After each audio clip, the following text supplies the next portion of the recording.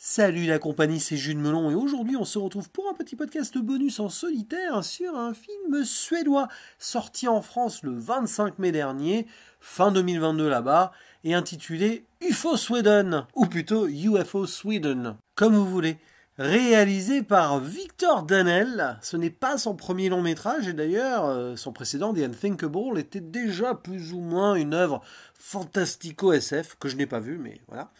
Au casting, nous avons évidemment des actrices et des acteurs scandinaves tels que Ines Dahl Torhaug, qui joue la jeune adolescente héroïne, Jesper Barkselius, Eva Melander ou encore Oscar Torring, ce dernier jouant le père qui disparaît au début d'un film qui commence dans les années 90. Et la jeune Denise qui a 8 ans voit son père donc ne plus être là, victime visiblement de son obsession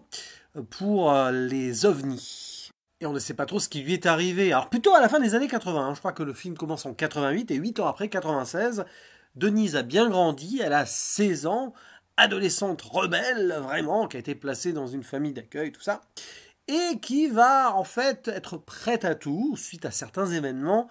afin donc de retrouver son paternel qu'elle croit encore potentiellement en vie, puisqu'elle retrouve sa vieille voiture de l'époque, une Saab, et oui, ça se déroule en Suède, et elle est vraiment certaine que c'est la bagnole du paternel, même si elle se trouve à un endroit improbable, parce que en y pénétrant, il y a la cassette audio de sa chanson préférée, à savoir Forever Young, I wanna be forever young, du groupe Alphaville, oui, parce qu'on est en Suède. Bref, et on va suivre donc l'enquête de cette jeune fille qui va rejoindre l'organisation dans laquelle le père œuvrait, d'où le titre du film, UFO Sweden, puisque les membres donc de ce groupe espèrent encore enquête donc sur des faits surnaturels pour peut-être enfin un jour prouver la présence d'extraterrestres sur notre Terre. Sauf qu'évidemment, cette quête du papa va être compliquée, on va mettre le nez dans des vérités qu'il ne faut pas révéler, avec une lutte peut-être face aux lois de la physique, à travers le temps et l'espace, mais aussi le gouvernement, évidemment, dans des lieux plus ou moins inviolables. Ce qui nous donne, vous l'avez compris, un film à l'ancienne, un petit peu ambiance Amblin années 80, mais transposé dans les années 90, en mode X-Files par moment, ou plus récemment la série française OVNI que j'aime beaucoup, qui malheureusement s'est arrêtée au bout de 2 saisons. Tout ceci matiné d'une atmosphère à la Stranger Things, évidemment, avec une adolescente héroïne et cette musique électro comme cela, avec un visuel qui va rappeler quand même cette série très célèbre sur Netflix. Bon, j'ai quand même eu envie de découvrir un film qui probablement s'annonçait sans prétention, avec un côté nostalgique, afin de voir où ça allait nous mener. Et j'avoue que j'ai apprécié, même si ce n'est pas ultime, je ne pense pas que ce soit le but. Il y a vraiment un bon feeling derrière cette œuvre, assez simple, qui reprend des thématiques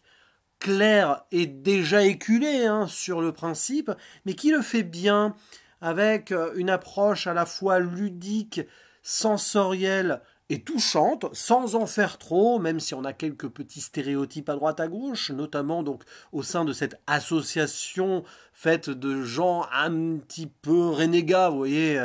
pas des marginaux mais pas loin, mais quelque part ça va très bien avec la jeune Denise, surnommée Spoutnik, qui a besoin de se créer une nouvelle famille quelque part parce qu'elle se cherche et elle cherche le père. Et donc évidemment, on est emmené dans ce mystère à résoudre avec beaucoup de jeux de lumière, puisque c'est en lien avec les Northern Lights, les aurores boréales, polaires si vous préférez, puisque ça se passe en Suède. Oui, bon, ça fait 3 fois que je le dis, je vais arrêter là, parce que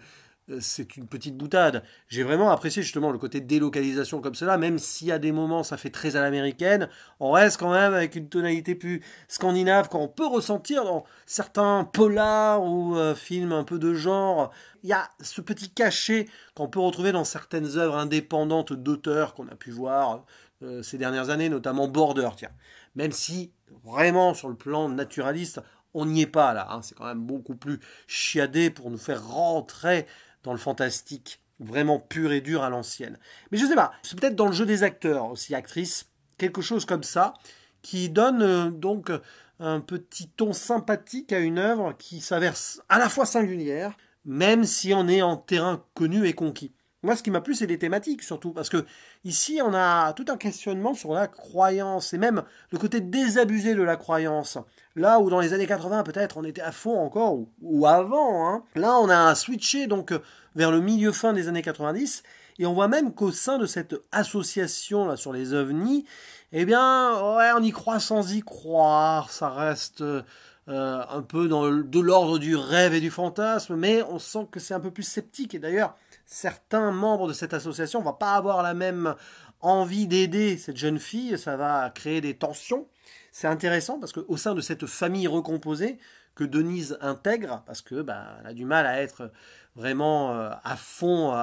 comprise par sa mère adoptive, là, bon, c'est un peu compliqué d'ailleurs tout ça autour d'elle, là, vers le milieu fin, c'est un petit peu confus et aussi cliché par moment, mais bon, peu importe. Il y a des relations intéressantes qui se font entre les personnages, évidemment, donc l'envie d'y croire ou pas, et ça joue sur deux plans, c'est ça qui est intéressant. Croire aux ovnis ou pas, croire en la vie, donc en la survie, l'existence toujours vivante du père ou non, puisque celui-ci a disparu, enlevé par les extraterrestres, mort quelque part, et on n'a pas retrouvé son corps, parti ailleurs, enlevé peut-être par le gouvernement pour qu'il se taise. On peut faire toutes ces hypothèses-là, et cette jeune fille qui ne va vraiment pas bien, eh bien, a besoin de cela, a besoin d'y croire, au-delà même donc des aliens, mais elle fait le lien, forcément, elle se dit, si mon père est encore en vie, c'est qu'il est rentré en contact, et que, voilà. Et on tient là-dessus jusqu'au bout en haleine, c'est ça qui est fort, alors que les événements se font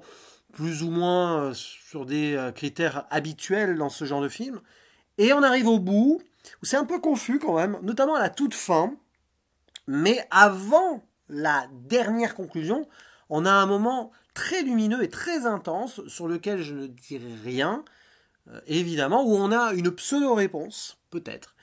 qui m'a ému sur le moment. Peut-être pas assez abouti dans le sens où on a voulu relancer une pièce dans la machine derrière quelque part, mais avec une sorte d'humour d'ailleurs, parce que à force de jouer sur le temps et l'espace, il y a un doute sur le final, mais très vite dégoupillé, bon, ça m'a amusé.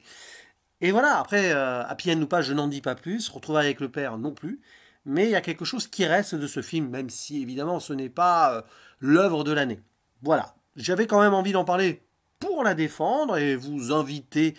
à voir donc cet opus qui fait du bien, hein, qui ne paye pas de mine, comme on dit, qui renvoie à certains souvenirs sans être très novateur, tout en jouant donc sur cette vibe un peu là qu'on a vu. Donc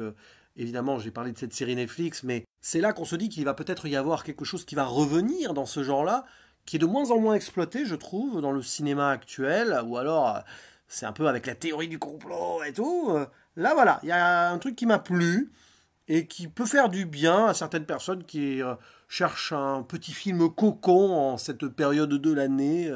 à voir, donc, qui vient d'ailleurs, alors pas d'une autre planète, mais de la Suède. On n'a pas énormément de films suédois qui sortent chaque année chez nous en salle, donc profitez-en. N'hésitez pas à dire en commentaire ce que vous avez pensé de ce film, si vous l'avez vu, si ça vous tente ou non, si vous aimez ce genre de film SF à l'ancienne. À vous la parole, il ne me reste plus qu'à vous dire à la prochaine, ciao.